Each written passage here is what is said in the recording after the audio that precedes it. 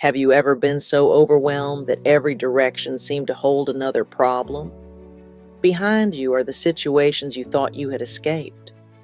In front of you is an obstacle you do not know how to cross. Around you are people who need answers, support, encouragement, money, time, or strength. And within you is a tired woman quietly wondering, how am I supposed to handle all of this? Gem, that is where we find Moses in Exodus chapter 14. The Israelites had finally been released from slavery in Egypt. They were walking toward freedom when Pharaoh changed his mind and sent his army after them. Suddenly, the people were trapped. The Red Sea was in front of them. Pharaoh's army was behind them.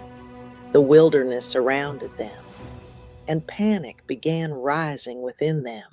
Exodus 14:10 says that when the Israelites saw the Egyptians coming, they were sore afraid, and the children of Israel cried out unto the Lord. Their fear was understandable. They were not imagining the danger.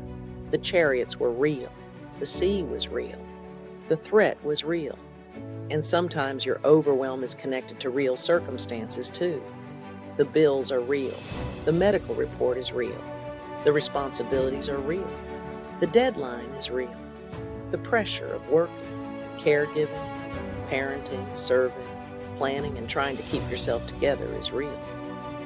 Globally, women continue to carry a disproportionate amount of unpaid caregiving and household responsibility. Many women are not only completing visible tasks, they are also carrying the invisible work of remembering appointments, anticipating needs, solving problems, managing emotions, and making sure everyone else is okay. So when you say, I feel overwhelmed, you are not necessarily saying that you are weak. You may be saying that you have been carrying more than one person was designed to carry alone, but the danger of overwhelm is that it can distort what we see. Under intense stress, the brain's threat response system becomes more active. Research has found that acute stress can interfere with working memory and cognitive flexibility, the mental abilities that help us remember information, consider alternatives, and make thoughtful decisions. In other words, when pressure rises, it can become harder to remember what you already know. That is exactly what happened at the Red Sea. The Israelites had already watched God confront Pharaoh. They had already witnessed signs, wonders, and deliverance. They had already seen God lead them out of Egypt. But when the army appeared behind them, the evidence of yesterday became difficult to access in the fear of today. Stress can make you forget what God has already brought you through.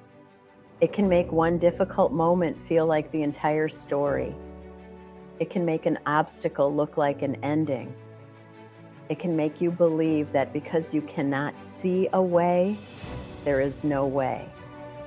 But a blocked view is not the same as a blocked God.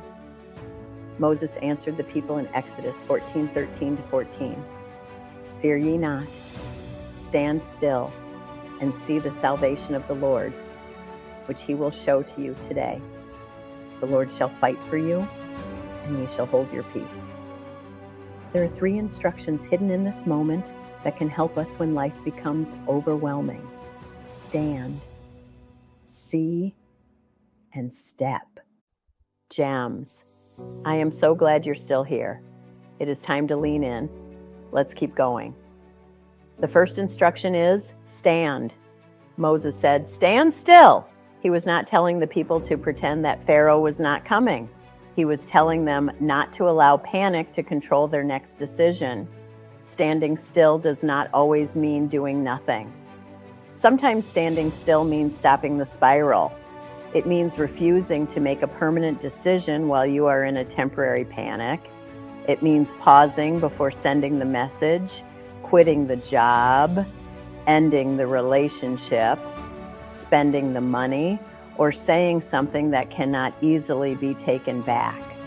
Stillness is not stagnation.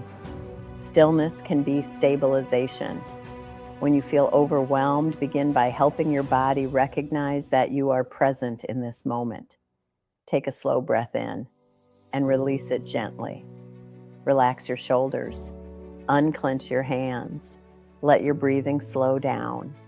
Slow, controlled breathing has been associated with increased activity in the calming, restorative side of the nervous system.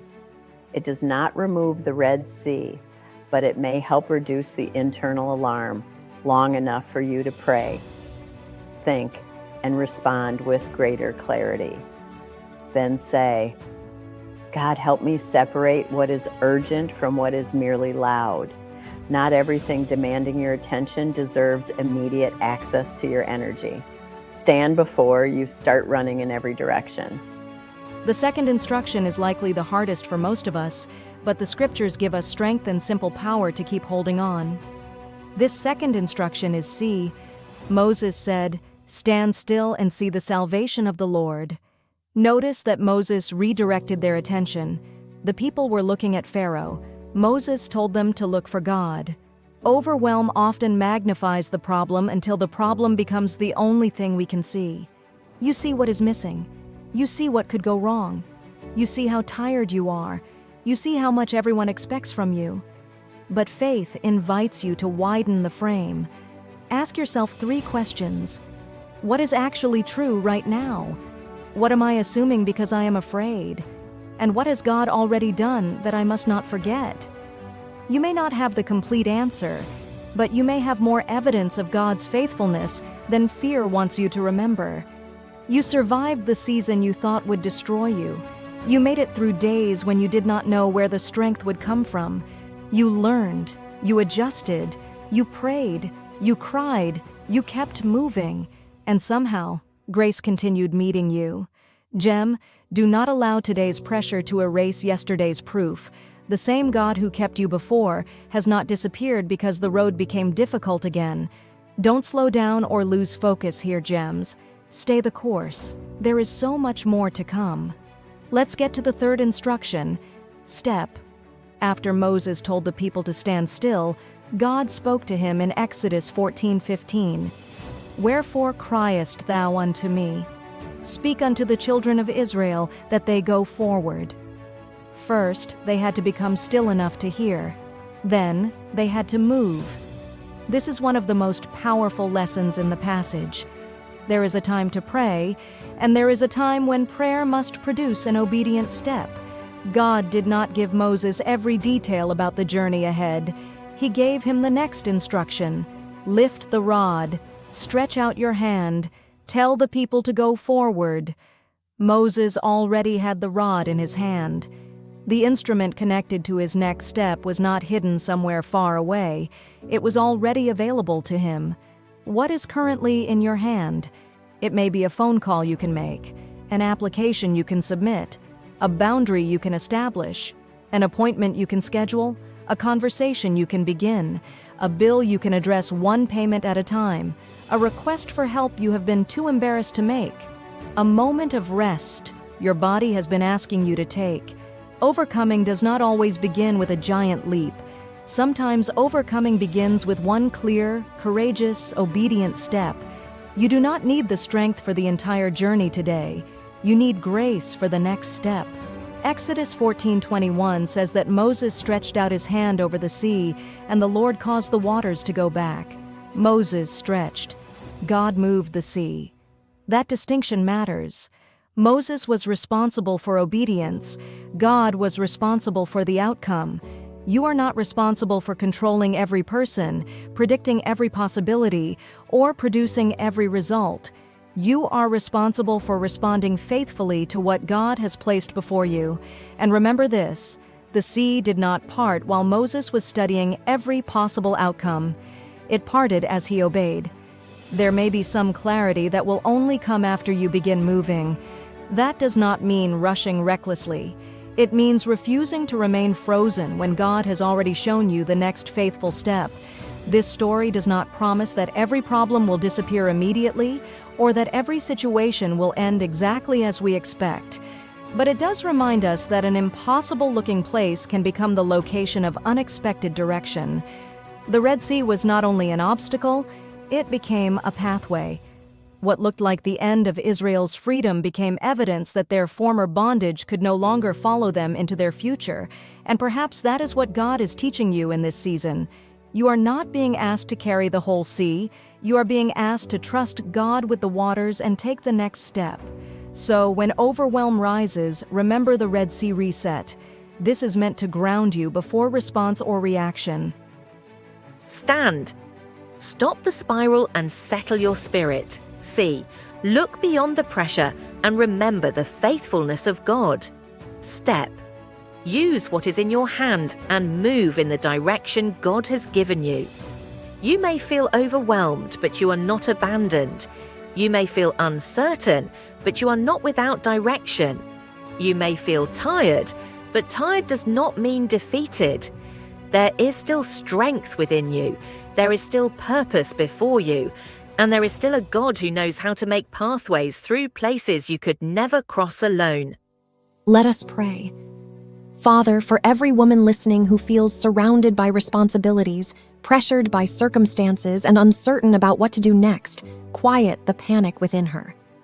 Help her to stand without falling apart. Help her to see your faithfulness when fear tries to control her vision. Give her wisdom to recognize what is hers to carry and courage to release what was never hers to control. Show her the next step. Strengthen her hands to use what you have already placed within them. Remind her that she does not have to understand the entire journey to obey the next instruction. When she sees an obstacle, help her remember that you still create pathways. When she feels weak, remind her that your strength is not limited by her exhaustion. And when she feels overwhelmed, remind her that she is still overcoming. In Jesus' name, amen. Gem, you are not standing at the end of your story. You may simply be standing at the place where God is about to reveal the way forward.